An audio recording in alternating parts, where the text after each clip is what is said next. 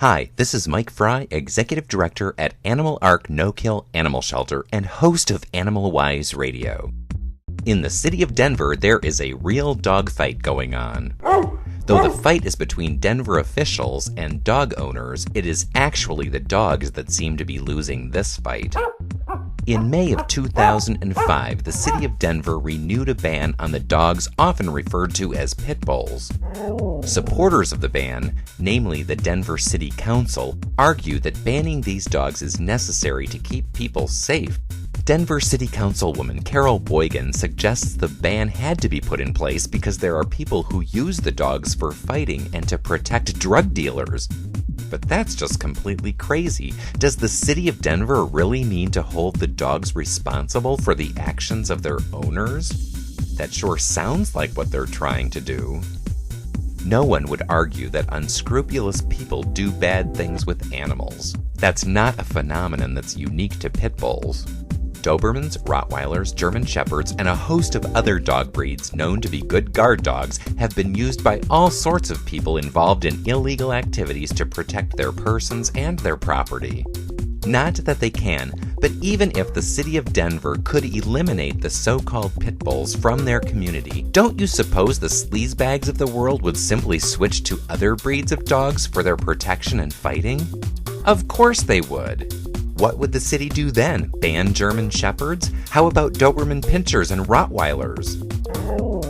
As far as dogfighting goes, there are few things in the world I despise worse than dogfighting. In my opinion, people who need a dog to fight their battles are nothing but pure cowards. The same is true for people who use any kind of animal fighting as a form of amusement or entertainment. But you don't hear anyone wanting to ban chickens as a way of ending cockfighting, do you? Of course not, because making birds illegal would be harmful to people who keep chickens for legitimate reasons, and it would not end that awful blood sport.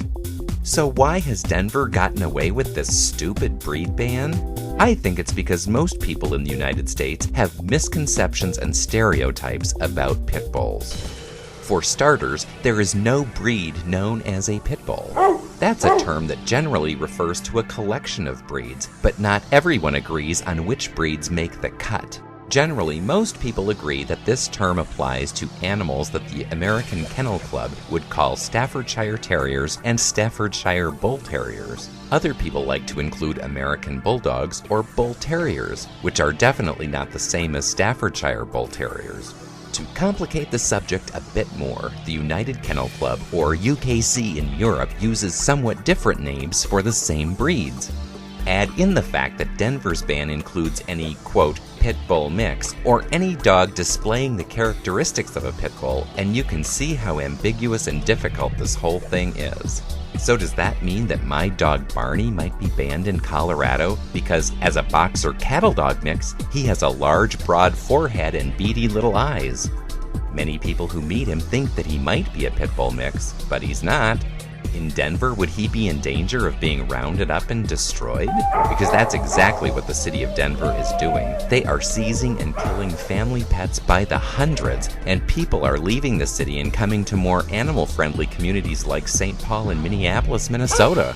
Looking at the situation in Denver from my hometown in Minnesota, the whole thing seems kind of surreal. Here, the breeds often called pit bulls are thought of more like they're thought of in Europe, where they're considered to be wonderful family pets, and some of the best canine nannies for children.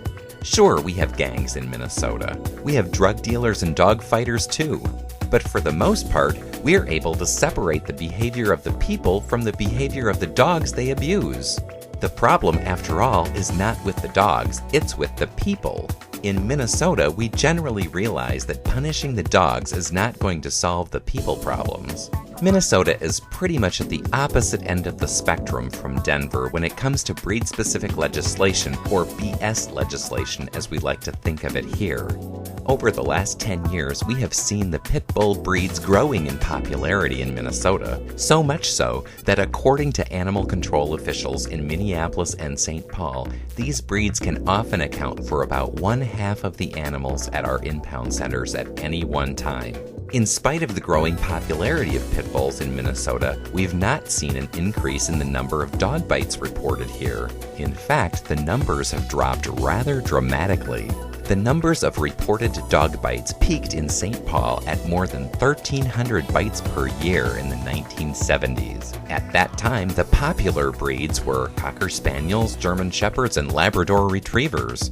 Today, with a much higher percentage of pit bulls in the community, the number of reported dog bites per year in that city is less than 200. Maybe, if the city of Denver wants to keep their people safe from dog bites, they should encourage pit bull ownership rather than banning it. Almost anything would be better than the pit ban bull they currently have going on. Animal Wise Radio is produced by Animal Ark No-Kill Animal Shelter. We are proud to be part of Animal Radio Network.